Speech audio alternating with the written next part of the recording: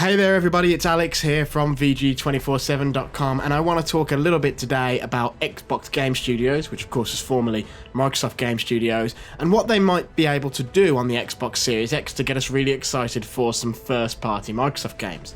Now obviously we want some new stuff, some new franchises, some new properties, some new game series, but also it's always fun to get a dose of nostalgia when old stuff that we love, that we haven't seen for a while, makes a comeback.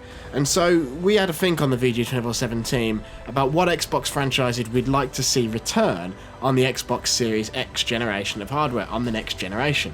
So here's some thoughts on the games and franchises we hope to see get a revival this coming generation. First up is Fable, and to be honest, the existence of a new Fable game seems like a foregone conclusion really. While this October will mark a decade since the last proper Fable title, the third in the numbered series, the series hasn't really been dormant all that time. There was a Kinect spin-off that sort of came out and tanked. There was Fable Legends, which was a service-based 4-on-1 multiplayer game, and when I played that it was actually pretty good, but that got cancelled.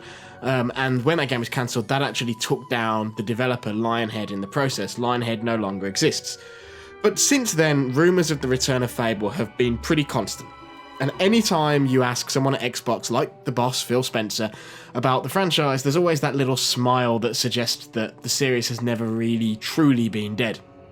When there's a lot of smoke, there's usually fire, and the rumour mill has pegged pretty much everything about this game. Its developer, its setting, there's even been, apparently, leaked concept art. So anyway, here's the deal. Supposedly Playground Games, the studio behind Forza Horizon, is the new steward of the Fable franchise. They're making the next one.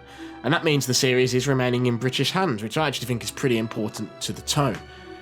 Playground Games, they expanded a lot alongside the release of the most recent Forza Horizon, and that suggests a second team will be spinning up to full strength. And in 2018, obviously Microsoft also purchased that company, making Playground part of Xbox Game Studios. The rumours say the game will take place in a far future medieval reimagining of the world of Fable of Albion, which, in the time between Fable 3 and this new game, will have been hit by an asteroid. The story will supposedly involve time travel and include very specific links to the previous Fable titles, like, some returning characters and stuff. And supposedly it'll also offer first and third person perspectives for play, which the previous games only were third person. Like I said, when there's this much smoke, there's surely a fire, and Fable would be a great fan favourite to bring back early in the Xbox Series X's life. So although we're putting it on this list, we actually think this one is probably happening.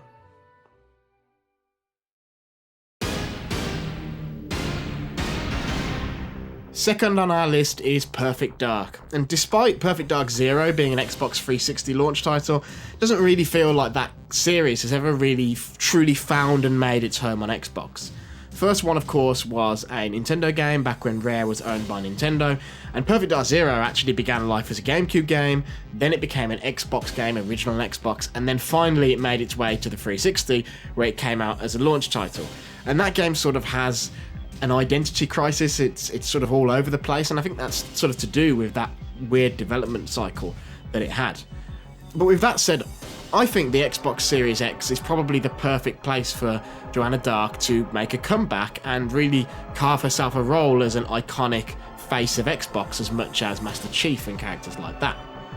So why now? Why do I say that? Well, consider this. Perfect Dark Zero is set in the year 2020, and the original game is set a little bit after that, and it depicts a Blade Runner-inspired cyberpunk corporation-controlled universe that we're not quite at in real life 2020, but we're probably on our way to. But also, 2020 is going to be the year of cyberpunk in video games. You've got Final Fantasy VII Remake, where you'll be in a mega corporation-controlled dystopia controlled by the Shinra company, and then of course in September there's Cyberpunk 2077, which, well, it's in the name, it's cyberpunk. The original Perfect Dark was of course a spiritual successor to GoldenEye, and that makes Joanna Dark a sort of version of James Bond, and 2020 is also the year when in the movies we'll see Bond retired, and in the new movie, No Time to Die, the 007 number of MI6 will be assigned to a female agent, which feels appropriate given Joanna Dark's history, so it feels like the stars are aligning for her to be sort of in the perfect position to make a comeback. And you can easily see, obviously, there's Halo. Microsoft has a big shooter franchise. But you could see Perfect Dark reimagined to perhaps be a more open-ended game that also has shooting in. So maybe, something in the vein of your Deus Ex or Dishonored, but with the multifunction weapons and the open-ended objectives that the original N64 game is really well known for. Plus, I don't want to get all conspiracy theorist on you, but have you noticed that the logo of the all-new Xbox studio The Initiative shares its shape and style with the villainous Perfect Dark Corporation Datadyne's logo? And this isn't, just a solo thing. The Gears studio, the Coalition, their logo looks like the Gears cog. Also, The Initiative is led by a guy called Daryl Gallagher, and Daryl Gallagher was at Crystal Dynamics and Square Enix, and he was deeply involved in the 2013 reimagining of Lara Croft, who is a lot like Joanna Dark really, and also in the revival of the very thematically similar Deus Ex. So Perfect Dark has to be that studio's game, right? Next up is Banjo Kazooie. Now, let's get real for a second. Banjo Kazooie Nuts and Bolts might not have been the sequel you wanted or imagined to the N64 platformers, but it's also bloody amazing. It's one of the best games of its generation, it's creative, it's entertaining, it's funny, and it has a shocking amount of depth. Now, I get it wasn't the Banjo game everybody wanted, but if you deny the quality of Nuts and Bolts, you are an idiot. Now, with that entirely necessary rant out of the way, let's talk about Banjo in general. The Xbox has Master Chief, but really the brand is really in need of a kid-friendly mascot. Now, Microsoft owns Minecraft, so of course they own Steve and Alex and Creepers and all that, but Minecraft is on everything, so a true Xbox native is really needed, I think. And they're not going to be bringing back Blinks the Time-Travelling Cat anytime soon, or at least I shouldn't think so. Because you don't need to. Banjo has enormous popularity, and that's been shown by fans insisting and campaigning and bombarding Nintendo with requests to get Banjo and Kazooie in Smash Bros. For the last 20 years. And now they're finally in Smash. The significance of Banjo and Kazooie being in Smash can't be understated. Not only have they joined the very exclusive cast of Nintendo's gaming celebration, but they're also the only characters in the game to not originate in a Japanese series. Every other series represented was first made in Japan, and every other character except Diddy Kong and K. Rool, who were of course made by the same people, originate from Japan. Now, HD remasters of the original two Banjo games seem to do pretty well on 360, and they were included alongside Nuts and Bolts in Rare Replay.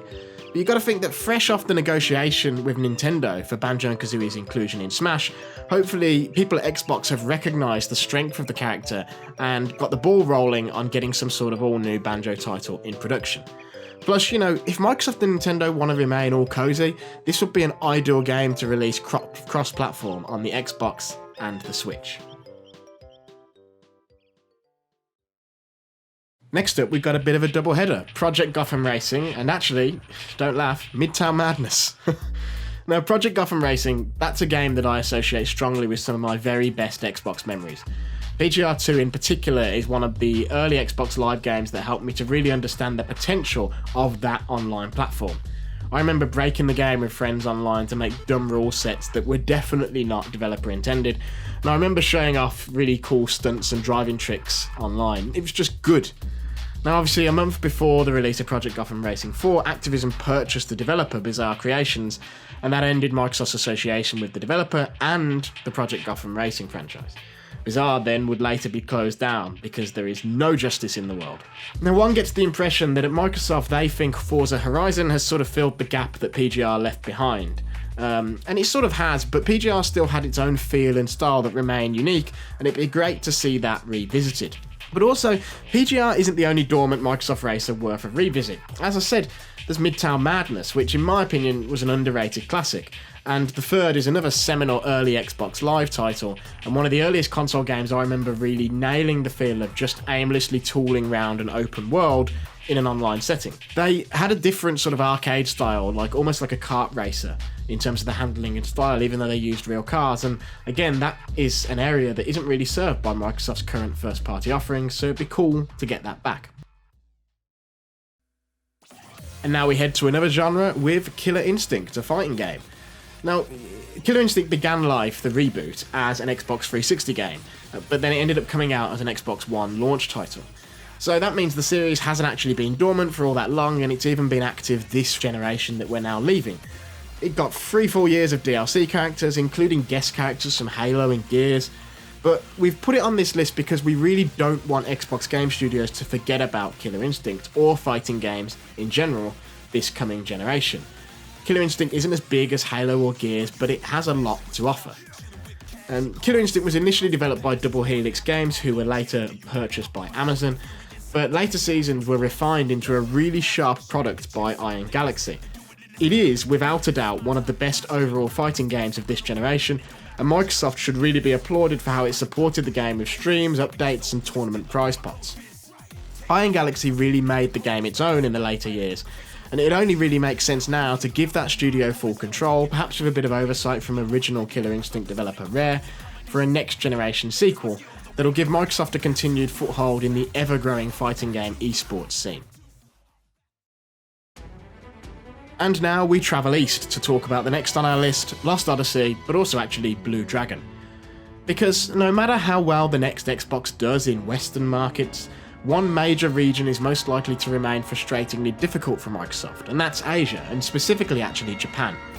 Microsoft's inability to crack Japan has really strong repercussions too, because a lack of popularity in that region can influence the choice of game platforms for smaller scale Japanese projects.